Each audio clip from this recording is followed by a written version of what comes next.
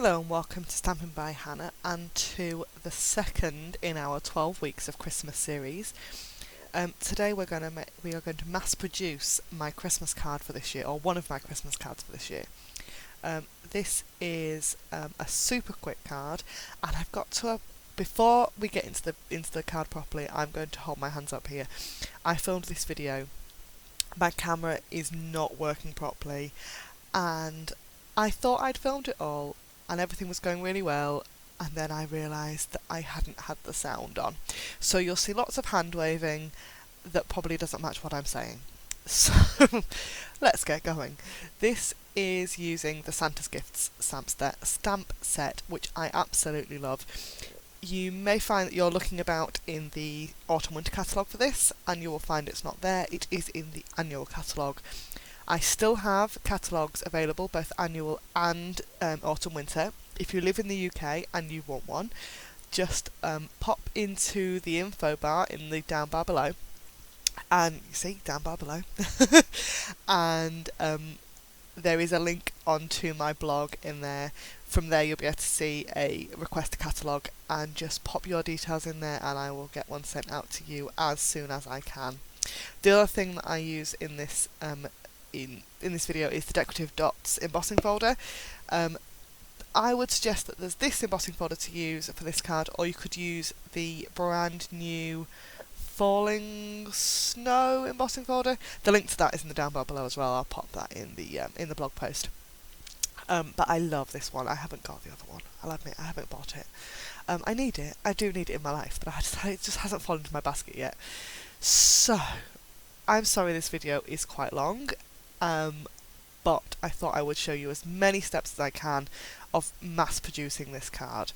So I have got 10 sheets of very vanilla cardstock, which are cut to 14.2 centimetres by 10 centimetres. That are my matten layer for the top of my card, and we're going to emboss each one of these pieces of cardstock. So I'm going to bring in my Big Shot, and please refer to your Big Shot multi-purpose platform or whatever type of Big Shot you use. I have the solo platform on my Big Shot, and I would basically, it's like all tabs open I think for embossing folders, but I'm not sure. So what I'm doing is I'm putting one piece of cardstock in my embossing folder at a time. I'm running it through.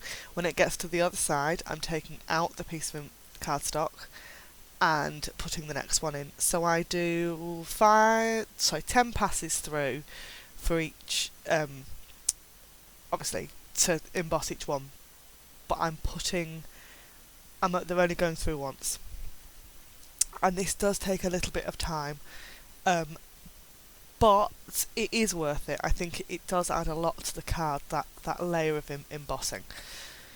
So, I think we can probably speed this video up a little bit. Now, I am doing the voiceover, and I can't see how to edit the video. That's really good, isn't it? You know what, I'm not going to start again, because this video has been, the stress that I've had with filming this morning has been horrendous. So I'm sorry that you're going to watch this whole thing at regular speed because I just can't do it anymore. Oh, what a nightmare. My camera has decided that it wants to use all the settings all at once. So I get halfway through a video and find that it's switched off because it wants to take pictures, or it's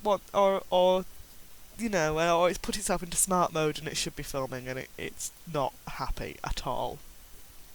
I use a basic point and shoot camera for my filming at the moment, and I think it's had sort of 200 videos. It's sort of saying, you know what, I've had enough now. So might be time for a new one. So we're still embossing. We're probably, I think we're at 6 or 7 pieces in now. And it, like I said, it does take time doing the embossing, but it is absolutely worth it. The key to mass producing a card is to do all the steps in one go. It's doing, so I've pre-cut the cardstock before I've started, because you do not want to see me cutting all the cardstock. Watching me emboss 10 pieces of cardstock is boring enough without watching me cut 10 cards worth of cardstock. So I did that before I started. But it's about doing each step for all the cardstock first. So I'd cut all the cardstock. Now I'm going to emboss all the pieces of cardstock. Then I'm going to do all the stamping. Then I'm going to and we'll go through it like that. And that is the absolute easiest way to do it. So I've embossed all my Very Vanilla in with that beautiful decorative dots embossing folder, and we're going to pop that off just to one side for a moment. I can get it all straight. There we go. And my camera died and we're back again. So now I've got some pieces of Very Vanilla, another 10 pieces of Very Vanilla, and these measure 8.5 by 10.5 centimetres. I'm sorry I don't have the imperial measurements on this because I'm in the UK. I work generally, when I'm building cards, I work in metric. If I'm doing a 3D project, I work in imperial. Yeah, you try and work out my brain. And I've got some chocolate chip ink and the lovely reindeer stamp. I'm gonna call him Rudolph. I am. I'm sorry, he's Rudolph. He's gonna have a red nose and everything. So I'm gonna stamp Rudolph down onto my piece of Very Vanilla, and then I've got one of our blender pens, and I'm just going to pick out some of the shadow areas on the on Rudolph. Just to add that bit of colour so he doesn't look beige on the front of the card. And I'm going to do this for each Rudolph on each card. So this does take, and this is another step that does take a little bit of time, but it is absolutely worth it. If you look at the pictures over on my blog, links in the down bar below, you will see the kind of close-up image of this, and that it does bring out something. It makes him look a little bit 3D. It makes him a little bit more lifelike. You struggle to see it on video. It just looks like I'm just drawing over it. I'm watching it just as you are, so I can see, the ears and stuff make a bit of a difference. But in real life, you can really see that it does bring him to life a little bit. So I'm picking out the areas under the scarf, his ears, under his chin, his tail, those bits where you're going to catch shadow, or there needs to be a little bit of something going on, particularly around the scarf. You are looking at there is going to be a shadow there. So my camera jumped at this point. Again, I have no words. I've texted James this morning and said, my camera's broken, and he hasn't got back to me yet. I have another one lined up, but I don't know if he's going to let me spend that much money. But we will see. So we're carrying on stamping our Rudolph and just colouring it in with the blender pen. I have a couple of things with the blender pen. Just be really careful. Don't rub too hard because you will start to pill up the cardstock. When you use one, you'll understand that it kind of makes the paper a little bit thinner, and it's just the solution that's in there just does something. It allows the ink to move, but you've got to do it quite quickly because once the ink's dry, you've got no chance. The other thing is, and the other way I use my blender pens a lot, is to colour either straight from the ink pad or using the ink pad, using the ink from the ink pad to create a well of ink in the lid, or pop a bit of ink on an acrylic block and pick the ink up from there with my blender pen, and you'll probably have seen me do that in videos before. My final Rudolph is a little bit off to one side there on my Very Vanilla cardstock, but I really don't mind that. I think, at the end of the day, it's a handmade card, and people need to be able to see it's a handmade card. This has not been anywhere near any machinery putting this together. So I've also got then my cherry cobbler ink, because I'm using a cherry cobbler card base, and I've got the sentiment Lots of Love at Christmas, and this is going to get stamped underneath each and every Rudolph. So at this point we speed up a little bit because we are just repeat stamping one after the other, and that's the best way to mass produce is to do that. So I've done all my embossing and then I've stamped all my Rudolphs, but because I've used the blender pen, I've had to introduce that at the same time. But now I'm going to stamp all my sentiments. I'm not making one card from scratch and then make another one the same. The easiest way to do it is to do all of that step for all of the cards all at the same time. So that's number 9 and our final Rudolph. I like that, and I've got inky fingers. I don't know what's going on with me today at all. I'm starting to lose my voice now because I've now been talking for 10 minutes. I've also, so now I've got my 2 Stampin' Up markers in Cherry Cobbler and Real Red, and I'm going to colour the scarf in Cherry Cobbler, so I'm going to do all the scarves. And I've got to say, on the video it just looks really, really dark, but go over to my blog and check out the pictures. I really do need a new camera because this one, it's not videoing right at all. But we, you know, got to work with what I've got. So this is what we've got for the time being. So Stampin' Up markers are fantastic, aren't they? Not only can you use them to colour in like I am here, but I also use them to stamp quite often. The pre-made sample up there in the top right hand corner, the sentiment is actually stamped in using my Cherry Cobbler Stampin' Up marker, because I had it in my hand, because I'd done the scarf. I coloured the scarf in and I coloured his nose in with the same marker. And I, you know, rather than getting the ink pad out, I might as well use the same use the pen to stamp with as well. And you can create great effects with multiple different markers on one stamp. You just need to reactivate that ink by either breathing on it heavily or huffing on it to reactivate that ink, because it will dry as it's sat there on top of that stamp. So, I do love this Rudolph image. He's so cute. He'd be beautiful actually coloured in with some Copics. But I haven't got any, and I'm not planning on getting any because I can't sell them.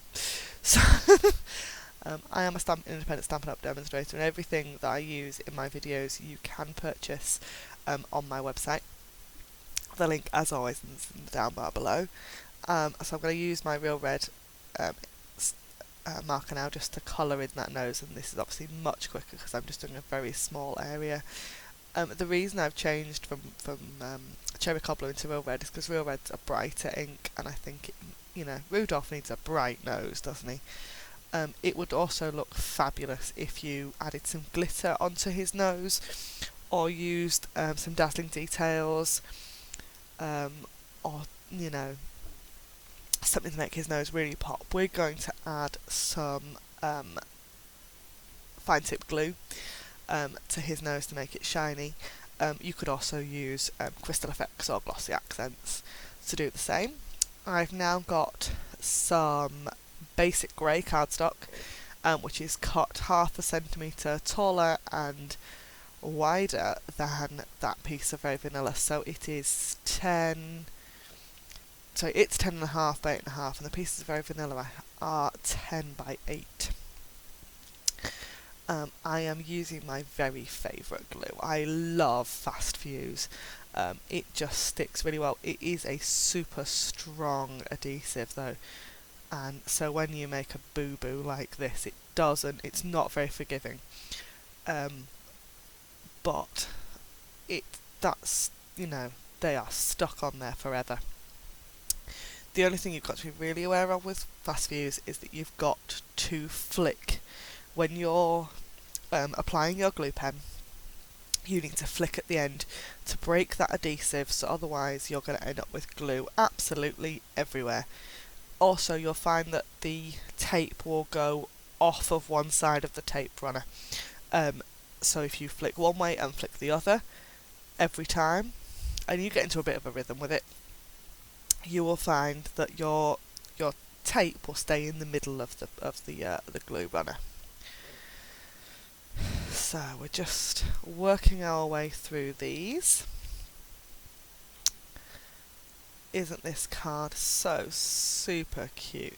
I just think this, he's gorgeous. Our lovely little Rudolph. You could colour the whole thing in with Stampin' Up markers. I know I mentioned Copics, but you could use Stampin' Up markers, or you could watercolour him. He would look lovely stamped in our basic black archival ink, and then on some watercolour paper and watercoloured. I might have to give that a go at some point. Expect to see that card on my blog soon-ish, depending on how my scheduling goes. I do need to warn you that there may be some changes coming in November. My day job is changing quite significantly at the beginning of November, and when I get back from On Stage Live, which I'm super excited about going to convention this year in Brussels, my day job is going to change pretty drastically, and I don't quite know how that's going to affect my blogging and my YouTube. I'm hoping I can still fit you all in. I will be fitting you in. My videos may become less frequent, but just as a bit of a pre-warning. So I've got cherry cobbler card bases here. These are A4 cut in half and scored at 10.5, and I'm just going to fold and burnish them all. In hindsight, I probably could have done this before I'd started filming, but you know, you live and you learn, don't you? I am sort of channeling my inner Brandy from Brandy's cards here, doing a 10 in 20. And I think this took me about 30 minutes in total when you take out the bits of that I did cut out a little bit at the end, and the bit that I lost because my camera decided not to play fair. So it's probably 10 in 30, but that's okay.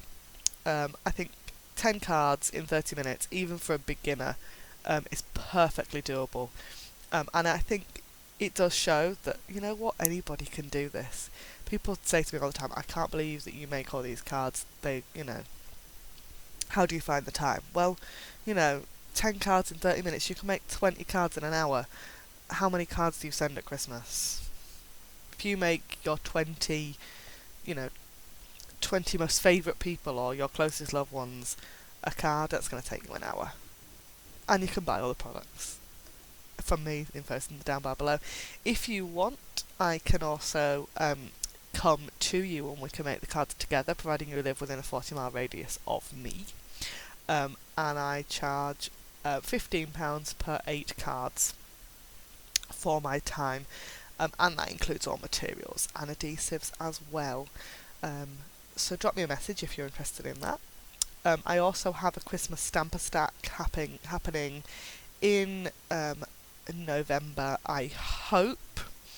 I can't remember what date it's scheduled for. Let me check my diary. Is that next to me? It's not in my diary because I've just got a new diary. My new Erin Condren has just arrived. It's so beautiful. I am properly off on a tangent here, aren't I? We are still using my beautiful fast views to attach our decorative dotted embossed cardstock to the front of our card bases. This is an awfully waffly video, and I would apologise for it, but you know what, I'm not sorry. I have really enjoyed making this card, and I've actually quite enjoyed doing this voiceover. For all, it's really taxing on me, and I could really do with a drink, but I've got another 5 minutes, I think, before the end of this video. We're about 19 minutes in, and I think it's about 22 minutes long, so we're nearly there. We're not far off the finish. Yeah, like I said, so a beginner card maker could easily make this card. Get your kids involved making the cards with you. There is no reason why an 8-year-old child can't run embossing folders through a Big Shot. And they'll love it. They'll think it's the coolest thing because they're doing something mechanical and they're winding the handle and they're having a great time doing it. So the last thing to do is the final assembly, or the almost last thing to do. And I am going to use dimensionals for this. You have 4 fingers. You have 4 fingers for a reason. You have 4 fingers because you can put a dimensional on each finger and stick them onto the one in each corner of the piece of cardstock. I love this. I got dimensionals everywhere doing this. Normally I'm quite good and I put them all in a little dish, or I do have a desk bin. But when I made this morning, the dimensionals just went the backs of the dimensionals just went everywhere, and I had a night. I enjoyed myself, so I'm, Mr. Hoover will pick them up later on. That's fine. So we're just taking the backs off those dimensionals, and then now we put our Rudolph straight down right in the middle of our card. Oh, isn't he so cute? I love this card. I could make hundreds of these. They're super easy, and if I can do 10 in 30 minutes while I'm waffling away, I can probably do 40 in 30 minutes if I'm not waffling. Because for all I'm waffling at you now, I was waffling at you when my camera wasn't recording the sound as well. So I've got 100 cards to make this month because I've got to do some swaps for convention as well, so you may see another one of these mass production card making videos, because I may well video that as well. I will speed that one up because the card I think I'm going to make for my swap this year is quite complicated, and it will take more than, I will not be, like 10 in 20 minutes will be, probably nigh on impossible. But it's all good. We'll be fine. So still sticking Rudolph down there in the middle, and I have a feeling at this point, I will stop there with that. I think I've got 5. So the final finishing touch to our Rudolph today is a bit of fine tipped glue, which when you get this home you need to remember that there is a seal on it, so you need to take the full black lid off to take the seal off, and then from that point on just use the white lid, and it's got a needle in it, which I'm sure I will show you. So that needle needs to go back inside there for storage. This stops our glue getting clogged, and it's also quite runny. Be careful because you can end up with too much. It's great for sticking sequins on, it's great for adding little details like our little dimensional nose on our Rudolph. Always wipe the tip off before you put the lid back on as well, because then otherwise it won't get, it might get stuck. So thank you ever so much for watching today. As always, the links to all the products are on my blog post, and the links in the down bar below. Thank you very much for watching, and I'll see you again next time. Bye for now.